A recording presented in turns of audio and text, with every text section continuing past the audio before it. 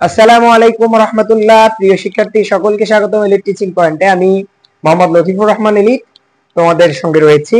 আজকে আলোচনা করা হবে এসএসসি রসায়নের সবচেয়ে গুরুত্বপূর্ণ একটি অধ্যায়, রাসায়নিক বিক্রিয়ার গুরুত্বপূর্ণ একটি বিষয় নিয়ে। এর আগে আমরা লেকচার 1 আপলোড করেছিলাম রাসায়নিক বিক্রিয়ার উপরে। আজকে লেকচার 2। আশা করি তোমরা যদি শুরু থেকে অর্থাৎ লেকচার 1টা যারা দেখো নাই, লেকচার 1টা দেখে আসবে তোমরা। এই ভিডিওর কমেন্ট বক্সে দেওয়া থাকবে। এবং আজকে লেকচার 2 আশা করি তোমরা যদি সবগুলো ক্লাস ভালোভাবে দেখতে পারো তাহলে তুমি রাসায়নিক বিক্রিয়ায় বস হয়ে যাবে ইনশাআল্লাহ। রাসায়নিক বিক্রিয়ার যে কোনো এমসিকিউ, যে কোনো সিকিউ তুমি পারবে। তো চলো আমরা শুরু করি। আমাদের গত ক্লাসে আলোচনার বিষয় ছিল পদার্থের পরিবর্তন দুই প্রকার, একটা ভৌত পরিবর্তন এবং রাসায়নিক পরিবর্তন। যেই পরিবর্তনের ফলে কোনো পদার্থের শুধুমাত্র বাহ্যিক অবস্থার পরিবর্তন ঘটে, কিন্তু রাসায়নিক গঠনের পরিবর্তন ঘটে না, এটা হচ্ছে ভৌত পরিবর্তন। আমরা দেখেছিলাম যে পানি, বরফ, জলীয় বাষ্প এগুলো হচ্ছে ভৌত পরিবর্তনের উদাহরণ। অপরদিকে যেই পরিবর্তনের ফলে কোনো পদার্থের নতুন ধর্ম বিশিষ্ট পদার্থে পরিণত হয়, অর্থাৎ যে পরিবর্তনের ফলে সম্পূর্ণ নতুন ধর্ম বিশিষ্ট পদার্থ উৎপন্ন হয়, তাকে বলা হয় রাসায়নিক পরিবর্তন। সকল রাসায়নিক বিক্রিয়ায় রাসায়নিক পরিবর্তনের উদাহরণ। এরপর আমরা দেখেছিলাম যে রাসায়নিক বিক্রিয়াকে 3 ভাগে ভাগ করা যায়, দিকের উপরে, তাপের উপরে এবং কি ইলেকট্রন স্থানান্তরের উপর ভিত্তি করে। দিকের উপর ভিত্তি করে দুই প্রকার, একমুখী এবং উভমুখী। তাপের উপর ভিত্তি করে দুই প্রকার, তাপোৎপাদী, তাপহারী। এবং ইলেকট্রন স্থানান্তরের উপর ভিত্তি করে দুই প্রকার, রিডক্স, নন রিডক্স। আজকে আমরা ইলেকট্রন স্থানান্তরের উপর ভিত্তি করে যে বিক্রিয়া, এই বিক্রিয়া আমরা জানি যে বিক্রিয়াতে ইলেকট্রনের স্থানান্তর ঘটে তাকে রিডক্স বিক্রিয়া বলে। যে বিক্রিয়াতে ইলেকট্রনের স্থানান্তর ঘটে না তাকে নন রিডক্স বিক্রিয়া বলে। তো রিডক্স বিক্রিয়া হতে গেলে 4টা বিক্রিয়া রিডক্স বিক্রিয়া হয়। আমি লিখে রেখেছি যে সংযোজন বিক্রিয়া রিডক্স, বিয়োজন বিক্রিয়া রিডক্স, দহন বিক্রিয়া রিডক্স এবং প্রতিস্থাপন বিক্রিয়াটা হচ্ছে রিডক্স। তাহলে কয়টা বিক্রিয়া রিডক্স বা জারণ বিজারণ বিক্রিয়া? 4টা বিক্রিয়া রিডক্স বা জারণ বিজারণ বিক্রিয়া: সংযোজন বিক্রিয়া, বিয়োজন বিক্রিয়া, দহন বিক্রিয়া এবং প্রতিস্থাপন বিক্রিয়া। তাহলে আমরা এগুলো কিভাবে শিখবো? যে রাসায়নিক বিক্রিয়ায় একাধিক পদার্থ বিক্রিয়া করে একটি মাত্র উৎপাদ উৎপন্ন করে তাকে সংযোজন বিক্রিয়া বলে। সংযোজন বিক্রিয়া কাকে বলে? যে রাসায়নিক বিক্রিয়ায় একাধিক পদার্থ বিক্রিয়া করে একটি মাত্র উৎপাদ উৎপন্ন করে তাকে সংযোজন বিক্রিয়া বলা হয়।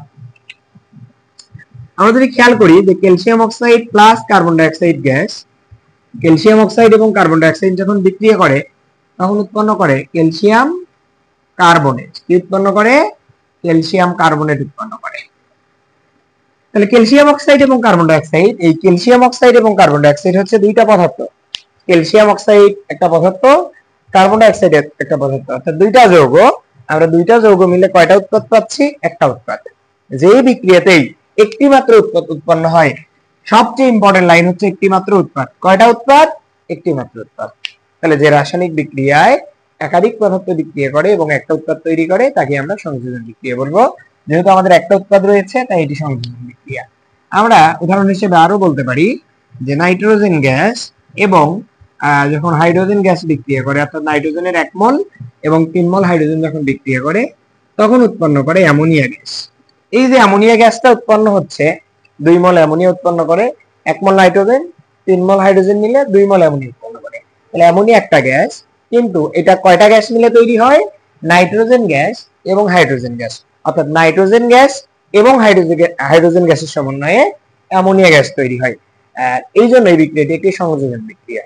তাহলে যে বিক্রিয়াতেই একাধিক পদার্থ বিক্রিয়া করবে এবং একটি মাত্র উৎপাদ উৎপন্ন করবে আমরা তাকে বলবো সংযোজন বিক্রিয়া। আমরা তাকে কি বলবো? সংযোজন বিক্রিয়া বলবো। তো চলো এবার আমরা আলোচনা করব বিয়োজন বিক্রিয়া নিয়ে। বিয়োজন বিক্রিয়া হচ্ছে সংযোজন বিক্রিয়ার বিপরীত। সংযোজন বিক্রিয়াতে একাধিক পদার্থ মিলে একটা উৎপাদ তৈরি করে, আর অন্যদিকে বিয়োজন বিক্রিয়ায় কি হবে? বিয়োজন বিক্রিয়াতে একটি যৌগ ভেঙে একাধিক পদার্থে পরিণত হবে। আমরা যদি উপরের বিক্রিয়াটিকে একটু বিপরীত ভাবে লিখি, যে আমরা যদি ক্যালসিয়াম কার্বনেটকে যদি আমরা তাপ দেই, ক্যালসিয়াম কার্বনেটকে কি দেই? ক্যালসিয়াম কার্বনেটকে যদি আমরা তাপ দেই তাহলে ক্যালসিয়াম কার্বনেট ভেঙে ক্যালসিয়াম অক্সাইড এবং কার্বন ডাই অক্সাইডে পরিণত হয়। তাহলে একটি যৌগ ভেঙে কয়টা পদার্থে পরিণত হলো? দুটি ভিন্ন ভিন্ন পদার্থে পরিণত হলো। যেহেতু একটি যৌগ ভেঙে একাধিক পদার্থ হচ্ছে তাই এটা বিয়োজন বিক্রিয়া। আবার যদি আমরা ফসফরাস পেন্টাক্লোরাইডকে তাপ দেই তাহলে আমরা পাবো phosphorus trichloride plus chlorine gas. এটাও বিয়োজন বিক্রিয়া।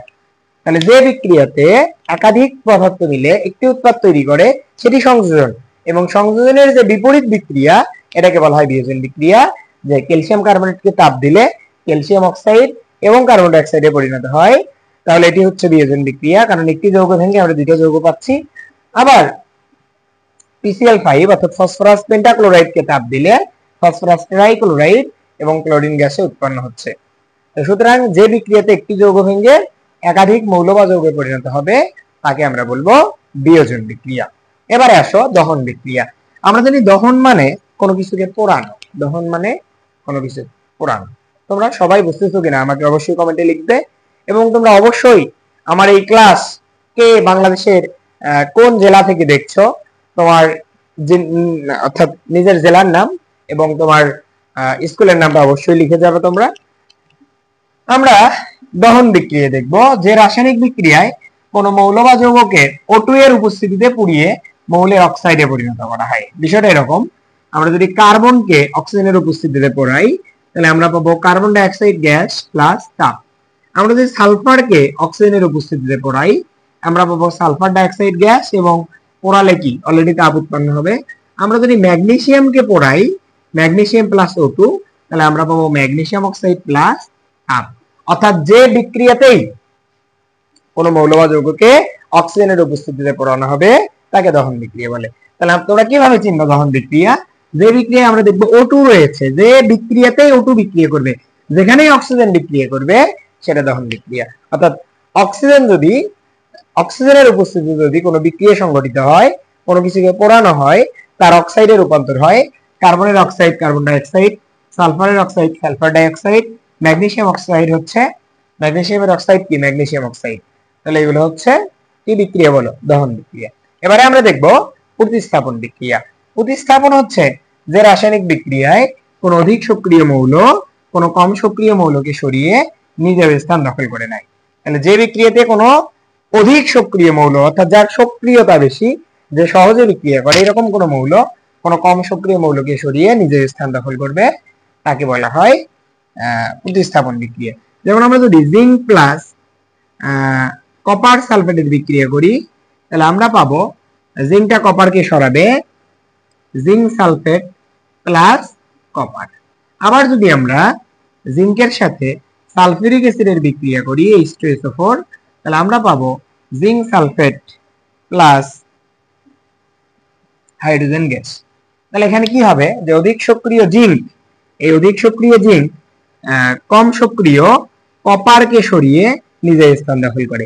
আবার জিঙ্ক এই বিক্রিয়াতে হাইড্রোজেন গ্যাসকে সরিয়ে নিজের স্থান দখল করে।